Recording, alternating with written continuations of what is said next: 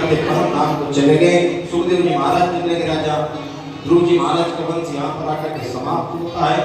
नरसिंह अवतार की कथा में भगवान ने प्रहलाद जी को इसी प्रकार नरसिंह रूप लेकर के प्रकट कर हिरण्यकश्यप नाम का देव, जिसने भगवान को बड़ी कठिन समस्या की ब्रह्मा जी प्रसन्न हो गए, वरदान मांगने के लिए कहा 7 वरदान दीजिए। और कौन से? पहला वरदान ऊपर मरुना नीचे, दूसरा बाहर मरुना भीतर, तीसरा सुबह मरुना रात दिन में मरुना रात में, चौथा वरदान पशु से मरुना इंसान से, पांचवा वरदान अस्त्र से ना शस्त्र से, छठा वरदान ब्रह्मा की सृष्टि में से किसी जीव के द्वारा मृत्यु ना हो, और सातवां वरदान अद्भुत मांगलिया की महिला जो भगवान ब्रह्मा जी ने काल चक्र के अनुसार 12 महीने बनाए, उसमें से किसी के महीने में मेरी मृत्यु न हो। ब्रह्मा जी ने कहा था थोड़ा उत्पाद करना शुरू किया। पत्नी कयाधु गर्भवती हुई, बालक भक्तराज प्रहलाद जी पैदा हुए। भक्त प्रहलाद की भक्ति को देख करके हिरण्यकश्यप बड़ा उत्पाद करने लगा, अपने पुत्र को मारने का प्रयास किया। कभी पहाड़ों से गिरवाया, हाथियों से कुचलवाया, सर्पों के बीच में डाला, गरम तेल में डाला, लोहे के खंभ से बांध करके मारने का प्रयास किया। लेकिन प्रहलाद की भक्ति ऐसा असर कर जाती थी कि हिंसक जानवर भी हिंसा छोड़ के संत व्रत हो जाते थे। सारे कर्म जब कर डाले, हिरण्यकश्यप के पाप का भार बढ़ चुका था, तो इधर भक्त प्रहलाद पर वो अपना प्रताड़ित करते जा रहा था, अपने पाप बढ़ाते जा रहा था। उस समय एक प्रहलाद जी भगवान का भजन कर रहे थे बैठे बैठे। उस समय हिरण्यकश्यप ने देखा कि मेरा बेटा भजन करता, उठाया पकड़ा हाथ और कहा दुष्ट, आज तक मैंने तुझे मारने का प्रयास किया लेकिन मैंने नहीं मारा। आज मैं तेरी भक्ति देख करके तुझे भी मारूंगा, तेरे नारायण का भी वध करूंगा। बता तेरा नारायण इस समय कहां? तो तुझ में नारायण, मुझ में नारायण, कण कण में नारायण, जहां ढूंढो वही नारायण मिल जाए। सामने खंबा लगा था, कहा तेरा नारायण इस खंबे में है। प्रहलाद जी ने कहा अगर भक्त की भक्ति मजबूत हो तो खंभ में भी भगवान प्रकट हो जाते। हिरण्यकश्यप ने कहा अगर ऐसी बात है तो आज तेरे नारायण को खंभ से निकाल करके उसे भी मारूंगा, तेरा भी वध करता हूं।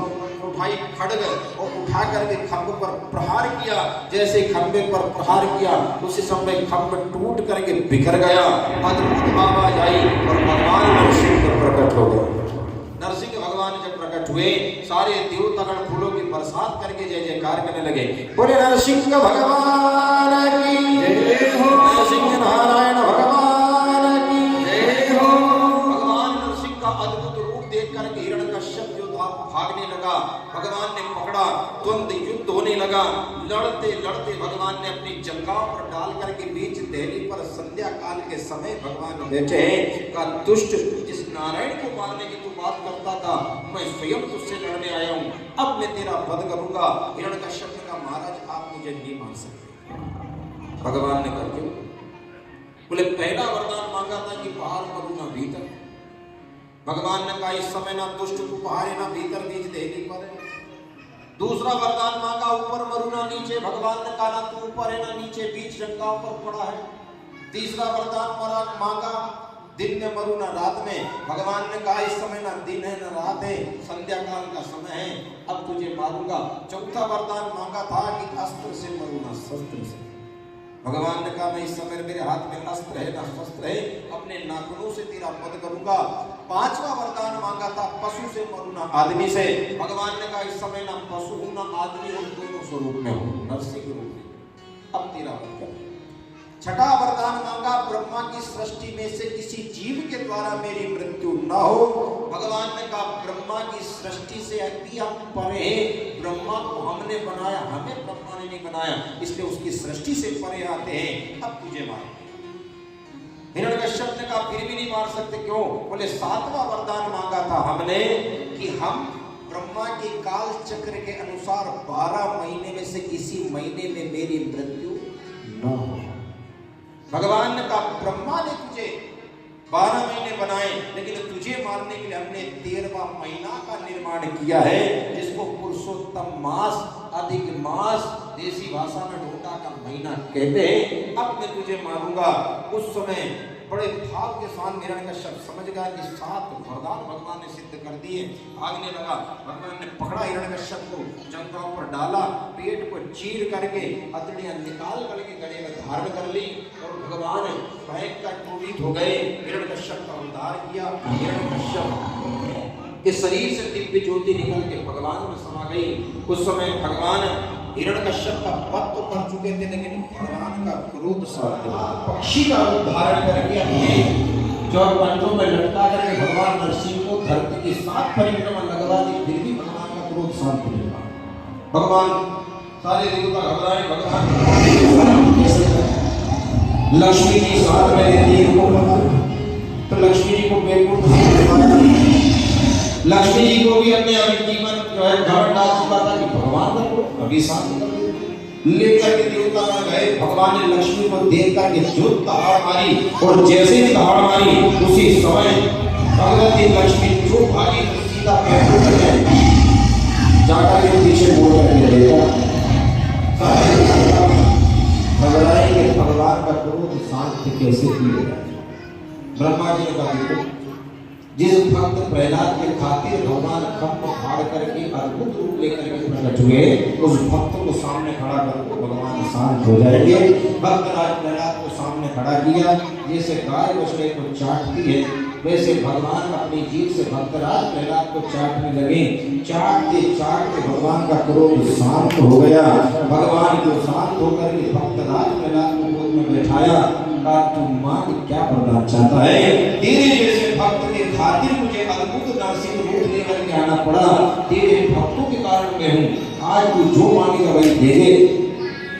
भक्तराज प्रहलाद ने कहा देना तो 2 वरदान, एक तो आपकी निर्मल अविरल भक्ति जो संतों को बड़ी कठिनाई से मिलती है वो दीजिए, और दूसरा मेरे पिता जीवन भर आपको अपना शत्रु मान करके अपशब्द गालियां देते रहे, उनको आप नरक न देते हुए वैकुंठ प्रदान कर देना, उनकी मुक्ति कर देना।